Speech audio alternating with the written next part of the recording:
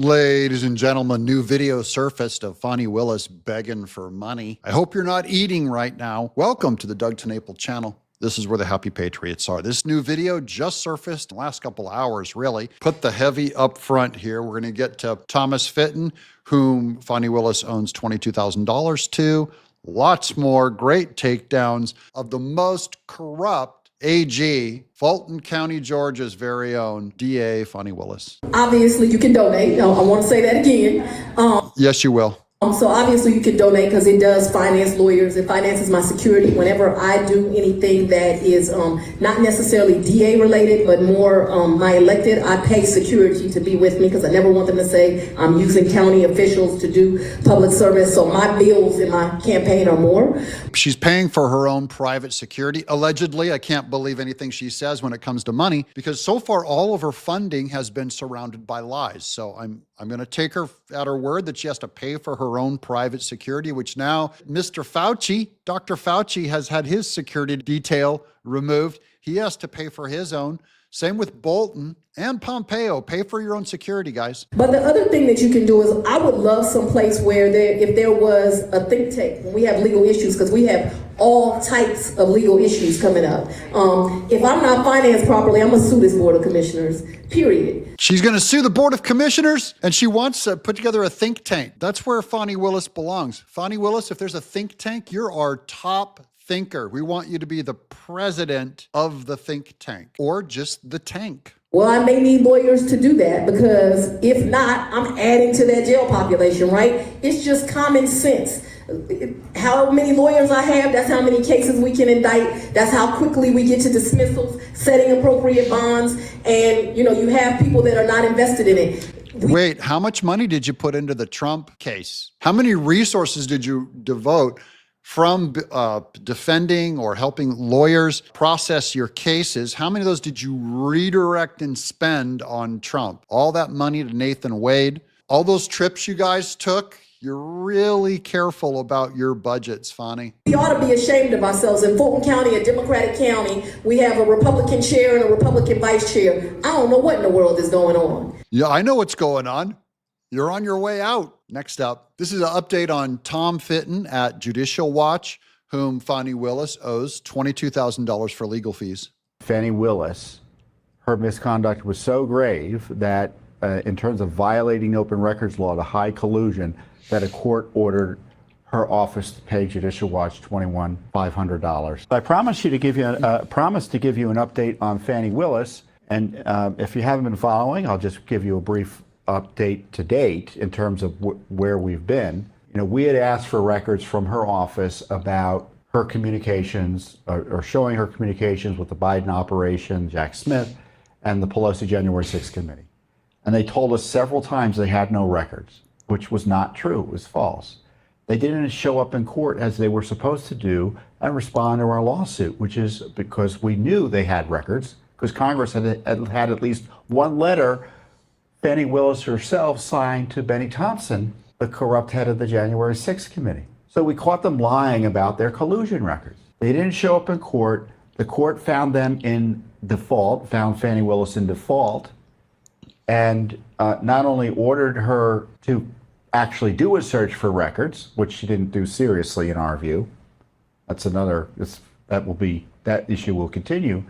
But the court said you owe Judicial Watch attorney's fees and costs. And those attorney's fees and costs were due today, $22,000. I think it's $21,000 and $21,500 something dollars. Can you say late fee? These were due. This is from yesterday. So she owes them $22,000. Usually they start attaching interest on it, on what they owe, or maybe double the penalty. Now, this gal here has makes a great point on Joe Biden's pardons. What do Fani Willis, Letitia James, and Alvin Bragg all have in common?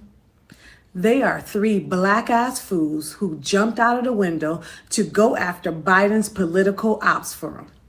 Yep, made up charges so Trump couldn't run or win again. Didn't work. But how did he repay them? Well, Biden played Oprah with the pardons. He said, you get a pardon, you get a pardon, you get a pardon. Did he give them one? Not one of they black asses got a pardon. We get to learn what Biden really thinks of the people he uses. Blanket pardons. Adam Schiff, white. Liz Cheney, white. Fauci, white. Hunter Biden, white. Albino, white. Some would say gaunt. How many pardons for Letitia James? None. Fani Willis? None. Alvin Bragg? None. You get nothing. So now how do you feel? Now that you've been thoroughly used by the Biden administration to pursue a political opponent, and you have not been protected or cleared by his pardons. Remember, Biden claimed that he covered, say, Liz Cheney, Adam Schiff. Why are we trying to help a guy like Milley? Why are we doing Milley? He was pardoned. What he said, terrible what he said. Why are we helping some of the people?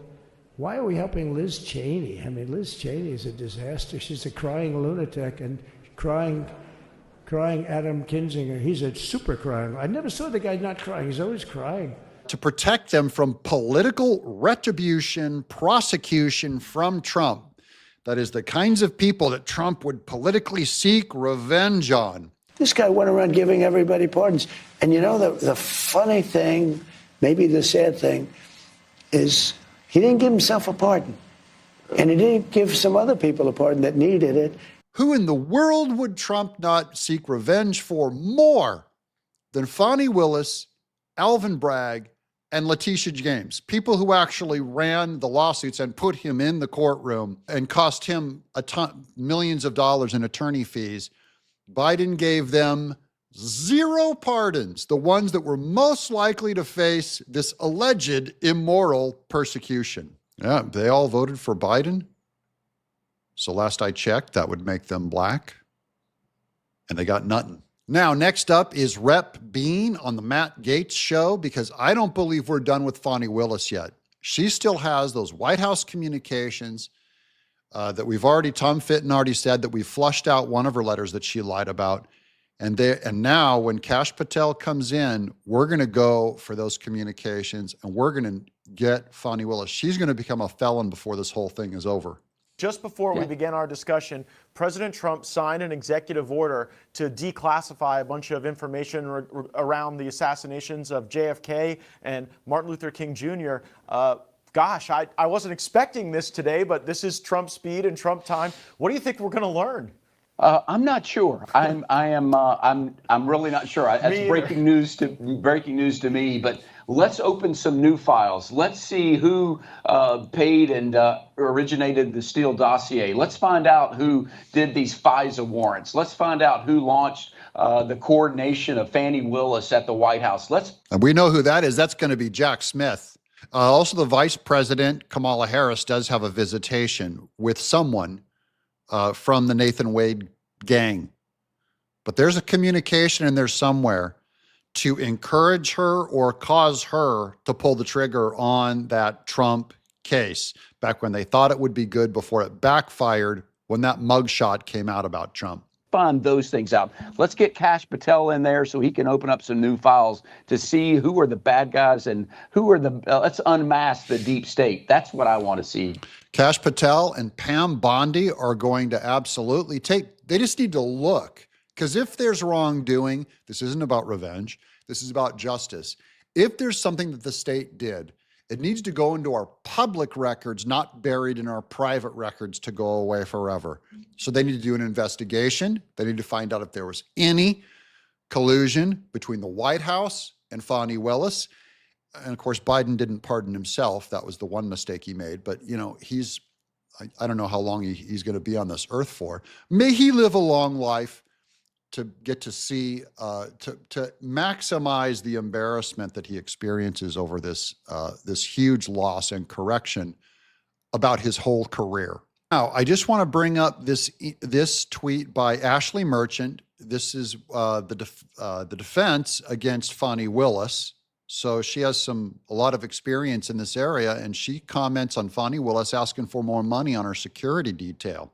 Ashley Merchant says, wait, what? Fani Willis wants the public to fund her legal fees to sue the county commissioners for daring to check her budget after she refused to be subject to an audit and told the county that she didn't have to answer them as a constitutional officer. She seriously refuses to let anyone look at how she spends money, but she's quick to beg for more. She wants, that was when she was asking for more legal money to fund these lawyers. She wants all the money. And normally when you ask for money, there's some kind of accountability that goes with it, but she doesn't want an audit. She doesn't want to let you know how she's going to spend it. So just write a blank check, very similar to Gavin Newsom in California. Trump, help us, just write a blank check and we can redistribute all that money however we want to our favorite constituents or to green efforts or to any of our communist Marxist allies of Karen Bass. And so all the money that is released to any of these people needs to always be audited and full of oversight, because that's where a lot of the corruption lives, under Fani Willis. What do you guys think? Will Fani Willis be investigated? Will those communications between her and the White House ever be flushed out? Let me know in the comments below. I'm Doug in exile.